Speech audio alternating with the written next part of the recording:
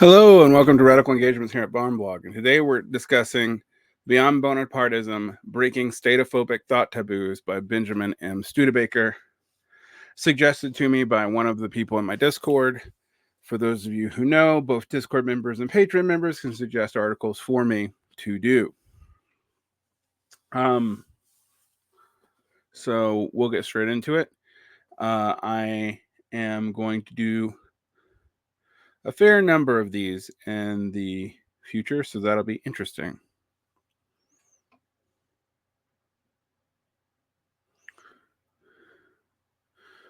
Beyond Bonapartism, Breaking Statephobic Thought Taboos by Benjamin M. Studebaker, friend of the show and previous guest. At Platypus European Conference, I suggested there is a modern theory of crisis that is no longer fit for the purpose. It belongs to modern political theory in general. It is not exclusively Marxist. You find it in Lenin and Adorno, but you also find it in Jürgen Habermas and Reinhard Kolasek. Indeed, you'll even find it in Robert Dahl, if you know where to look. I'm working on a book all about this, and I don't want to spoil it for you, but the book, Legitimacy in Liberal Democracies, won't be able to say certain things that I believe you need to hear. It certainly won't be able to say certain things in a way I believe you need to hear them. You see, if my critique of the modern theory of crisis is right, this has implications for you, insofar as you are Marxist. It changes what you ought to be doing with your life.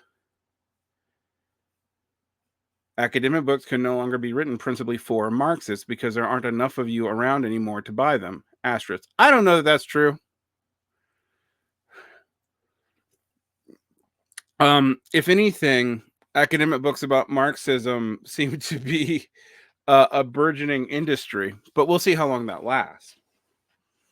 I mean, Haymarket Brill's academic collaboration, as well as Verso's academic line, has been doing pretty well in the sales department for a long time. But there's an overproliferation of Marxist presses, not just party presses anymore. So we'll see how long this lasts. Anyway. But I do want to give you some advice. So members of Platypus have written this for you. Sometimes I do this sort of thing. These pieces I write for Isomnia are for them. This one is for you. The modern theory of crisis supposes that society can be organized in such a way that it can meaningfully challenge the state. In Marxist theory, the focus is on the party. Asterisk, yes, although pretty much only after Marx's death. Marx and Engels do comment on the party, but very rarely, so it's actually not their primary concern. But in non-Marxist socialism and liberalism, you'll see other organizations given the same task, alone or in combination. The trade unions, the churches, the guilds, and the salons have all been assigned this role. More recently, you'll see the abstract reference to community organizers of social movements. And these theories, it's less who is meant to do the work, but the same work is to be done. Society is to be organized for the purposes of challenging the state. Depending on what sort of modernist you are, the challenge to the state is meant to produce reform, revolution, or some synthesis of the two. The state must take concessions to society. It must be overcome by society. It must make concessions that lead it to its overcoming, or it must be overcome in a way that leads to making concessions. Marxists have traditionally insisted that the process must terminate in the state's overcoming. Anarchists agree that the state must overcome, but Marxists think this overcoming requires the dictatorship of the proletariat, where anarchists entertain other ways of reaching this goal. Social Democrats do not want to overcome the bourgeois state. They want concessions from it. Democratic socialists act like social democrats, but are ostensibly for Marxist and or anarchist reasons. You members of Platypus have all read this stuff and are versed in it. You just need me to explain enough of it to demonstrate my awareness. The historical evidence for the modern theory of crisis lies in bourgeois revolutions in 1776 and 1789. Yes. Although, throw in the English Civil War, Studebaker. It is clearly possible to organize society in such a way that you could get this kind of confrontation. The people who developed the modern theory were not stupid. They were responding to situations intelligently. their situations intelligently. The modern theory was very effective for bourgeois purposes. You certainly could use it to overcome a traditional monarchy and replace it with a modern state, but modern steers suppose it can be used against the modern state itself. The modern state is not like the ancien regime. It does not produce that kind of society that a degenerating traditional monarchy produces. Asterisk. And we have to ask why the traditional monarchy became degenerating, because it lasted a pretty long time. All right. As the modern state consolidated, developed, and began to degenerate in its own unique way, the modern theories of crisis became ever more estranged from the kind of crisis that actually takes place in modern states.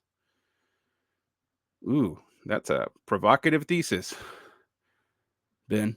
Anyway, Kingdom of France. Imagine 18th century France. You are an absolutist monarchy that is at once enormously repressive and yet at the same time increasingly incapable of repression. I don't know. That last bit sounds familiar to me. The modern state seems both enormously repressive and increasingly incapable of effective repression. Ipso facto, all the protests of the last fucking 15 years. As power concentrates around the king, the organs of the state that traditionally mediated the king and his subjects, the nobility and the church, degenerate and lose effectiveness. Absolutely. That's the problem with absolutism. The king's power is strengthened, but these other essential parts of the state wither away. So the subjects confront the center of power in an unmediated way. Yep. This is a good observation, Benjamin, and I think people need to study this more. This produces a uniform subjectivity. It unites society around the conviction that the king must be confronted. The stronger the king becomes, the weaker the nobles and priests, the clearer it is to the subjects that they must confront the king.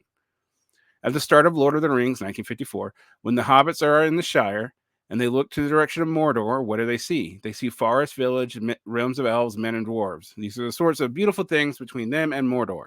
There is no need to worry. But what happens when the hobbits peek their heads into Mordor and look at the Great Eye? Their purpose becomes clear. They must put aside their differences they have and do what is necessary to overcome Sauron. In the Shire, it is necessary for Gandalf to force the hobbits to go on the journey. But when they see Mordor for themselves, they no longer need to be told what to do. They organize themselves for what is very clearly must be done. Asterisk. And this is one of the things I used to argue with Doug Lane about for the 10 years. I was a regular guest on a show, and both the first, second iterations of Pop to Left, the first Pop to Left from 2012 to 2014, and the second Pop to Left from 2019 to 2020. All right.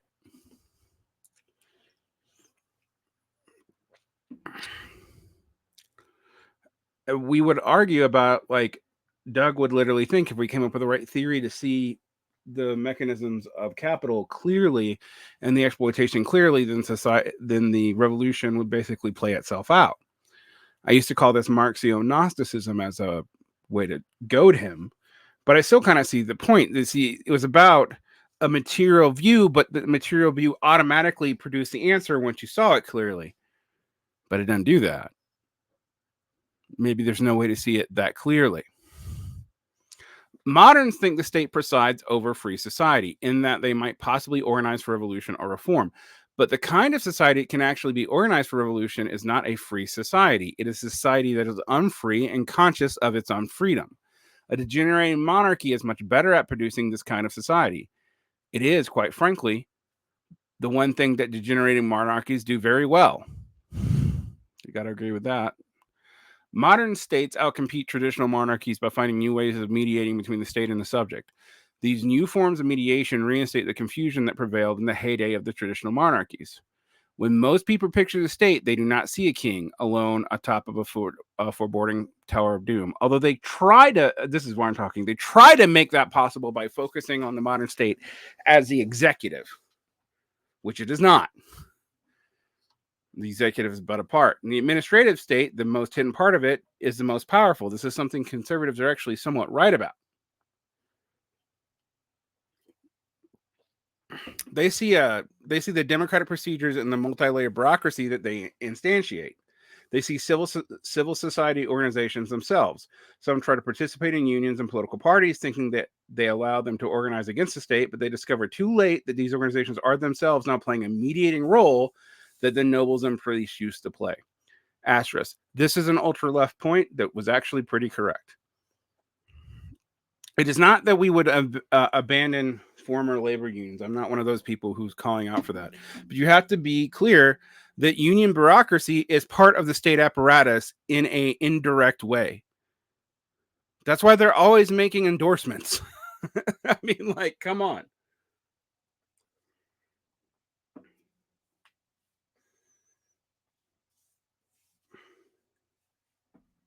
Particularly public sector unions. Now, there are ways in which public sector unions can stand up to local states, but national ones are a different issue and much harder to deal with.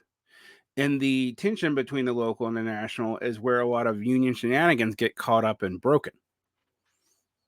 All right.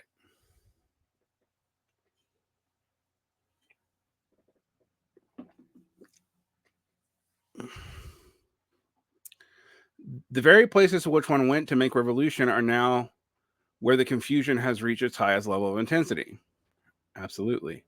In this web of mediation, one has no idea what to do, which way to go. Worse, and one would-be comrades all develop different opinions, disagreeing on which organizations are emancipatory and which have been co-opted.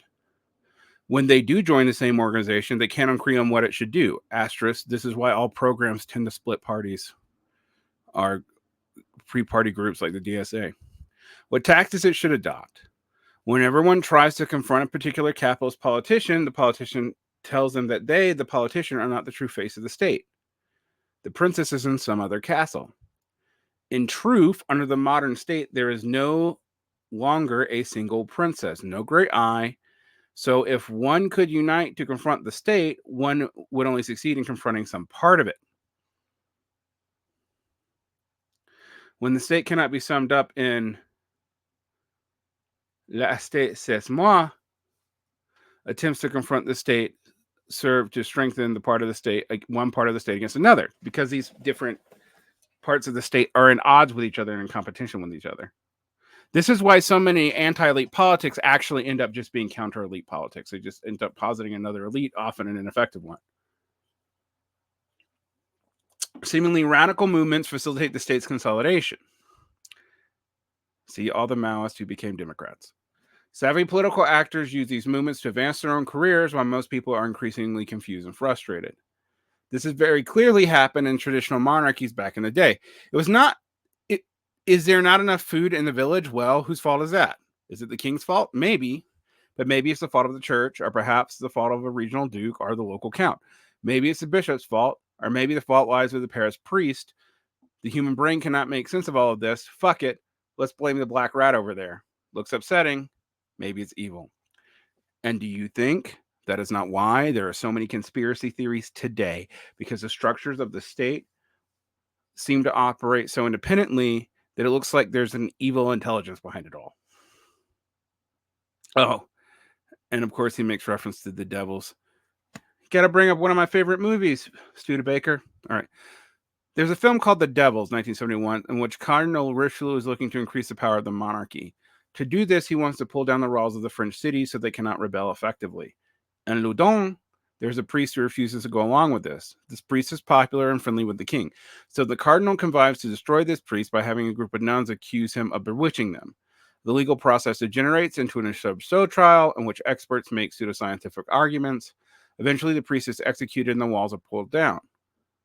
You might think this film depicts medieval subjects who need to be enlightened, and in one sense it does, but it also depicts elites who are very well aware of what they are doing. Pre-modern elites knew how to make their political systems work. They created gaps in consciousness between themselves and their subjects, and they exploited these gaps self-consciously. This is what we call state ideological apparatuses if you're an Althusserian, or hegemony if you're a Gramscian, or just ideology if you're an old-fashioned Marxist. The trouble with traditional monarchies was not that the elites did not understand how they worked. The trouble is that the layers of mediation created divisions within the state itself.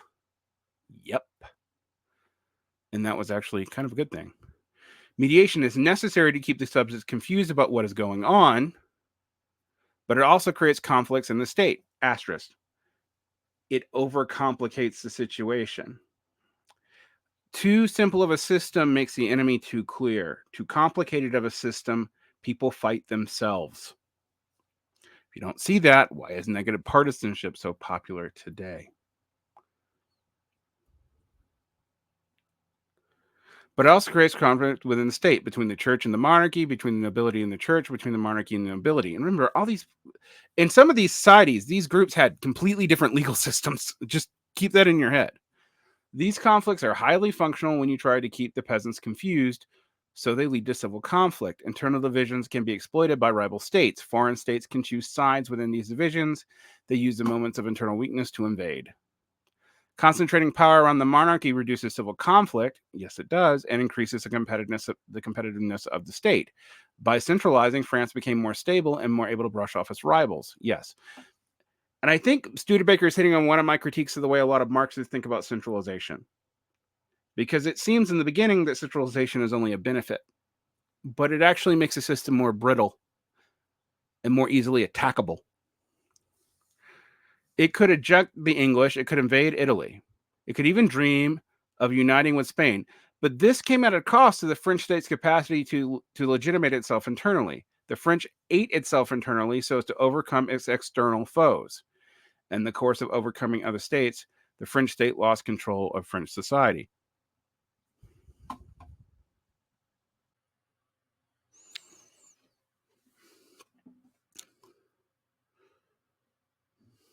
American democracy is not degenerating in that kind of way. Instead of destroying mediators, the American political system is hard working at proliferating them. Asterisk. This happens in neoliberalism and Fordism in ways that made leftists who thought that neoliberalism was just a weakening of state power be really, really, really confused as states grew during the neoliberal era. It creates so many mediators that both the state and society are now riven with internal conflicts. There is now so much mediation that even the rulers themselves are increasingly confused about how to make the state operate. Yes, this is the crisis of the crisis. Among elites, there is a lower level of consciousness of this now than there was in antiquity or the Middle Ages, aka our elites are dumb. Why are they dumb? Their system, to quote David Grader positively for once, their system has structurally removed them from actual competition and left them only within competitions between themselves, which is actually very zero sum in terms of public face, but not zero sum in terms of operating the state. So why would they get more smart, basically? And this, of course, causes the state to rot from within. So it's in some ways the same and the opposite problem of the paradigmatic example Studebaker gave us. After Rousseau, you need wisdom to operate a state that features a lot of mediation. You need political virtues. Yes, we don't have them. The modern state was designed to operate in a commercial society and a society where most people are too busy with their private business to develop fully political consciousness. In the Phaedrus, Plato ranks different sorts of people by their level of consciousness of the good. At the top, there's a philosopher who loves the good itself for its own sake. Then you have kings who are concerned with the good of the whole realm. Then there are the statesmen who are concerned with the public good, but also with their political careers. And then there are householders and financiers who are concerned with the good of their own household, but not the own city. This is a very difficult to create people who are philosophers or kings who are in a position to reach beyond their particular positions and grasp the universal. But for Plato, you must try to generate them. Because a city that is run by householders degenerates into an oligarchy, then a democracy, and finally a tyranny. The householders do not know how to operate at a high enough level of consciousness to maintain the polity in a form in which they receive it.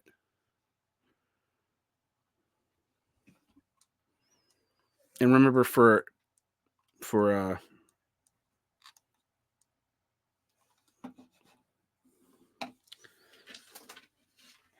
Plato, democracy means rule of the mob. It doesn't mean like a mediated democracy or republic. Now, as a person who would not necessarily hate mob rule, it is something for us to think about. All right.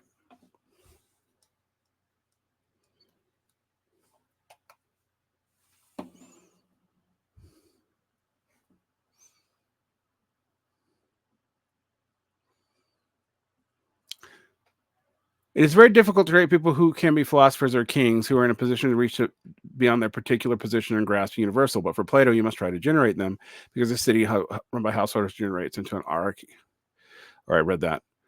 Hierarchy, then a democracy, and finally a tyranny. The householders who do not operate at high enough level of consciousness to maintain the polity in what form in which they receive it. In the 18th century,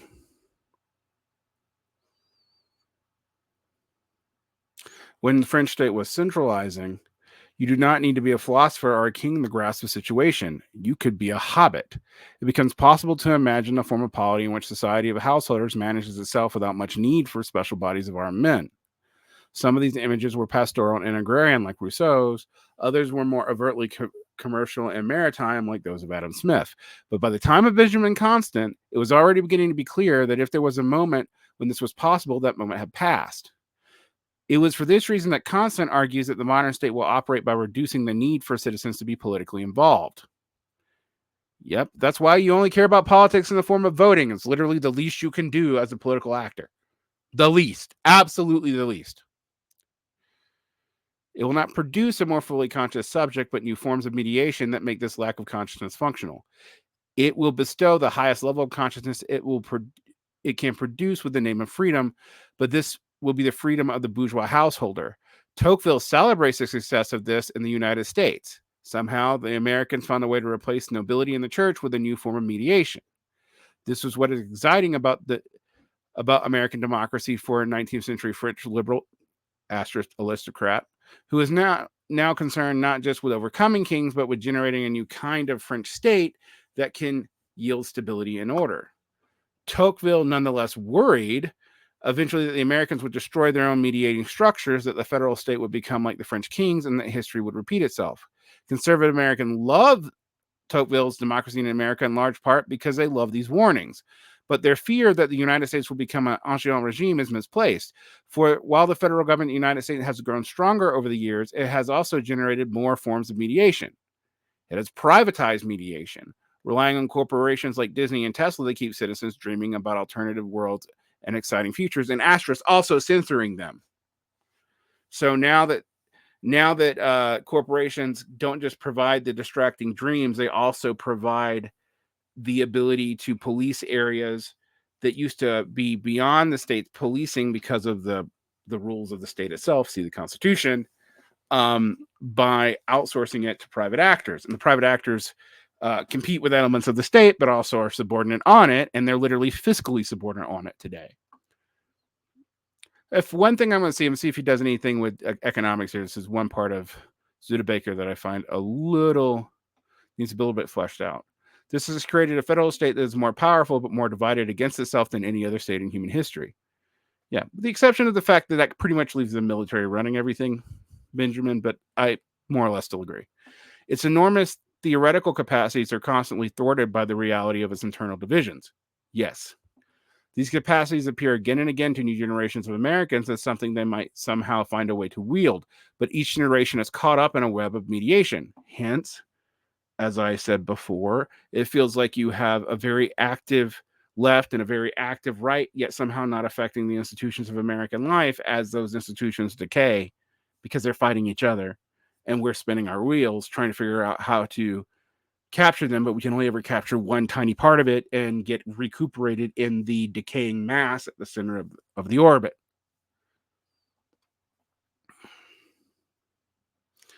Insofar as they remain with us, the Marxists are quick to point out that American democracy is a trap. They are right to do so. But if they think that the 18th century in France revealed to us the truth which we can return, they have not grasped history. The image of a unified society overcoming the state was only ever briefly appropriate. Yep. Its appropriateness has been continuous decline for over 2 centuries. Rousseau did not grasp the human condition. He grasped the condition of 18th century France. Insofar as Marxism has attempted to realize Rousseau's dream in historical context from which the dream is increasingly alienated, it has always already been in decline. That's if you think that we're Rousseauians, which I'm not sure that we are. But Marxism does not need to be reduced to that. More fundamentally, Marxism is the idea that every human being can and ought to achieve the highest form of consciousness possible for that human being. Yes, that's why we believe in class abolition. Is all the artificial fetters on your own consciousness are removed, And you have to also become more invested in the social production of your world as a gift giving. Yeah, that's what we believe. For most of human history, limits on consciousness have been imposed by the needs of the economic system and the state to maintain that system. By going through capitalism, we generate the possibility of overcoming those limits. Crucially, we not only generate the possibility of overcoming those limits, but we also discover in many ways people can do more than we thought that they could do. We overcome our tendency to naturalize and reify what we see before us.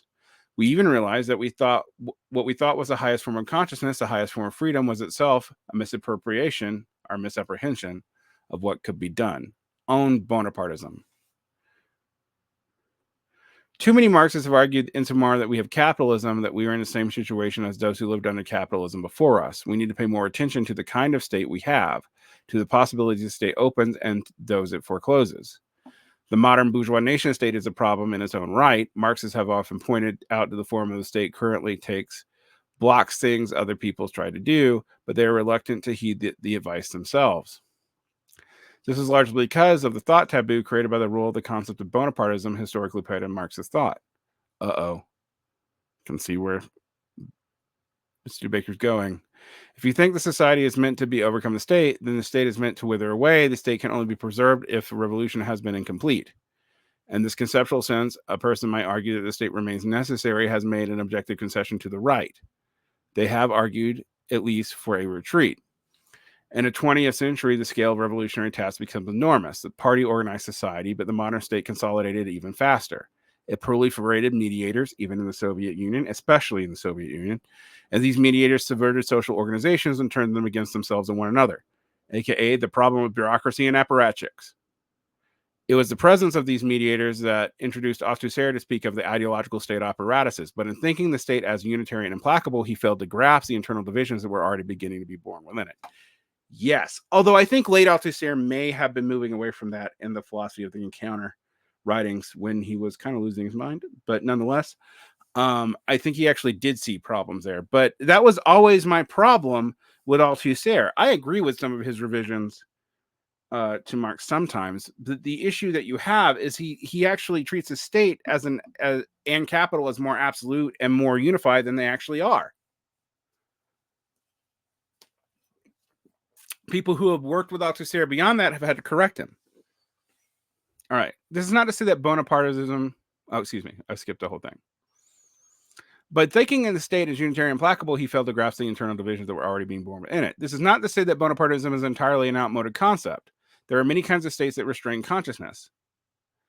And they do need to identify them and avoid replicating them or reinventing them. Asterisk. This is Tainter's pushback, and that was one thing I would ask. Tainter's not a good reading of Marx, but he is a good reading of complexity theory.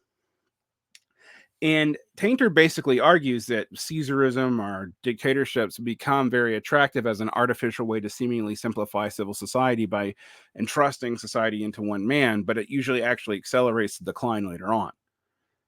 And Tainter sees this as a trans-historical tendency. It's not just unique to capitalism, but under capitalism, because capitalism in Tainter's mind is a world civilization, that's a question we can answer another time, if whether or not that's true. That the collapse of capitalism makes us all the more dangerous because it involves the entire world simultaneously.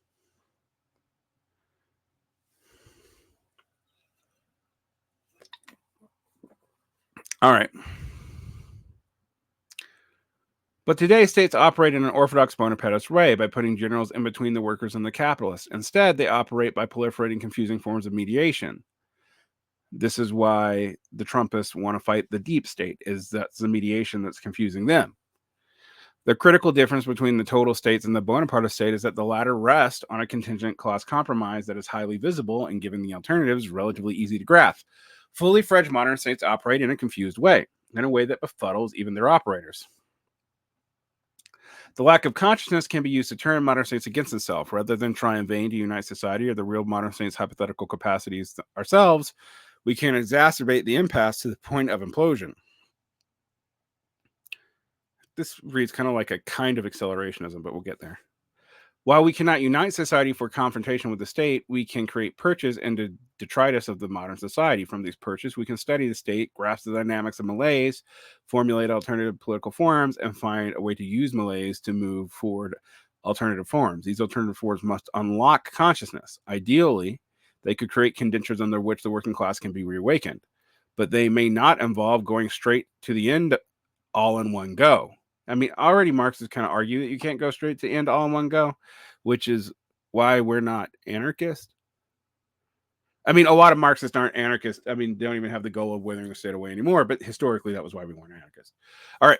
There may be a series of political forms that are necessary, but it would make better kinds of polities. Future generations born in the future polities will grasp things that we do not grasp. Yeah, that's also a Marxist belief. We do not, therefore, need to solve the whole problem ourselves. We only need to make a start. Yes. The universities are gradually losing their capacity to function as perches. Yes, this was the long march to the universities. We need new social organizations that can perform this role. I guess the DSA was trying to do that, but failed. Well, at least failed so far. They might revive in the future. They're not dead yet, but they're not looking so hot. These organizations may provide a pedagogical function. They may offer advice to state actors. They may dress themselves up as non-political organizations dedicated to religious aestheticism or historical preservation. But above all else, they are perches from which we observe the modern state to look at opportunities to turn it against itself for the purposes of transforming it into some superior political form. The special task. In antiquity, it was rarely assumed that states fetter consciousness. On the contrary, it was often argued that a well-ordered state created the conditions necessary for consciousness. Aristotle described the possibility of highly conscious cooperative society, but this cooperation is made possible by the state, or the polis in the case of Aristotle. Quote, individuals owning their property privately put their own possessions at the service of their friends and make use of their friends' possessions as common property. For instance, in Sparta, people use one another's slaves virtually as their own, as well as horses and hounds, and also use produce in the fields throughout society if they need provisions on a journey. And you got to love what Aristotle sees as a good example. Anyway, it's a clear, therefore, that it is better for possessions to be privately owned, but to make them common property in use, and to train citizens to this in the special task of the legislator. Please do not read this as an exhortation to rebuild the polis. Good, thank you. I do not stand before you espousing the politics of Nietzsche or Arendt. I am aiming here to get you to think about how we can use the state to do Marxism, to expand consciousness, to overcome the structural domination of capital today in our own circumstances. The purpose of raising Aristotle is to shake you out of your modernist assumptions that have become a straitjacket. It is not to make a scholastic out of you. Now that's good. As we think about this, it would be helpful to keep in mind that there may be more causes of conflict among people than we like to think. Oh, there's plenty, and I always point this out. While scarcity and competition have historically played an enormously important role in causing people to kill each other, Hobbes does point to another problem. This is the problem of diffidence, and it stems from the separation of persons. Because you and I inhabit separate bodies, I do not have direct access to your consciousness, nor you to mine.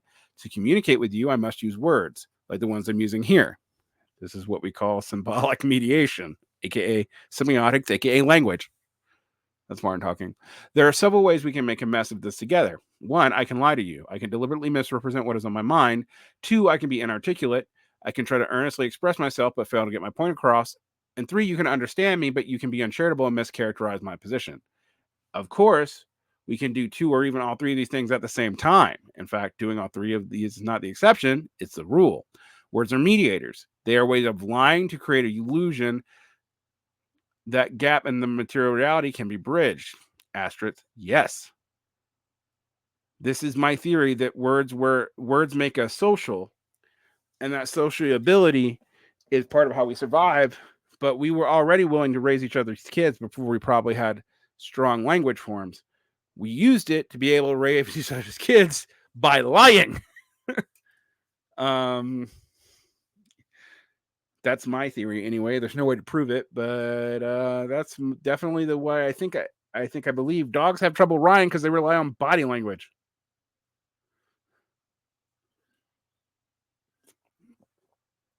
When we are conscious of their role, we choose carefully, and perhaps it is possible one day that we achieve a level of consciousness that allows us to rule ourselves with words alone. But people get lost in mediation. They reify and naturalize their terms all the fucking time. You guys naturalize your terms as if they're somehow ontologically real. They are not. They choose their words poorly, and these misunderstandings lead to conflict. These conflicts are especially sharp when we disagree about the meanings of terms that gesture at which is the most precious to us. Words like God, good, truth, or freedom, aka all the words that analytic philosophers of the mid-20th century tried to say were non-cognitive. The modern state is a realm of mediation, and thus one of confusion. It is the context in which words do not unite society to create ever more numerous forms of conflict. But if some number of us can nonetheless grasp what is going on, we will have an advantage over elites themselves, who are now completely lost in the maze of their own making. Yep, everyone's drunk their own Kool-Aid now, and we're seeing the results of that. You have elites who are systemically protected from their own foolishness, and thus they become more foolish. Instead of denying the confusion or waiting for the confusion to subside, we can tarry it. We need peace to think, Hobbes. We need peace to think. Hobbes, in trying to come up with a political solution to the English Civil War, tried to create peace. He tried to help you think. He took the task of political theory seriously. The nation state he helped fashion has run its course. Now we must take up a special task once more, the task that belonged to John Adams that drove him to write these lines. The science of government, it is my duty to study, more than all other sciences, the art of legislation and administration and negotiation, the art to take place, indeed to exclude all manner of other arts. I must study politics and war, that my sons may have the liberty to study mathematics and philosophy. My sons ought to study mathematics and philosophy, geography, natural history, naval architecture, navigation, commerce, and agriculture, in order to give their children the right to study painting, poetry, music, architecture, stationery, tapestry, and porcelain. And my only problem with this essay is that it doesn't go into the economics of this enough. And that is a major problem, but I agree with the political logic of a lot of what Studebaker is pointing out here. In fact, I might even go further than him.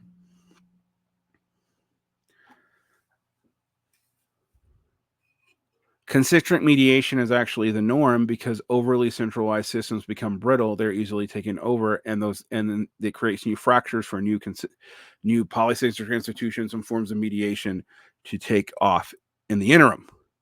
Once you understand that, you understand why you always feel like you're throwing yourself against the wall, because there's 85 walls to throw yourself against. We need to understand this better and more thoroughly than we do. Have a great day. Like and subscribe, protect your peace, and educate yourself, because you're going to need it.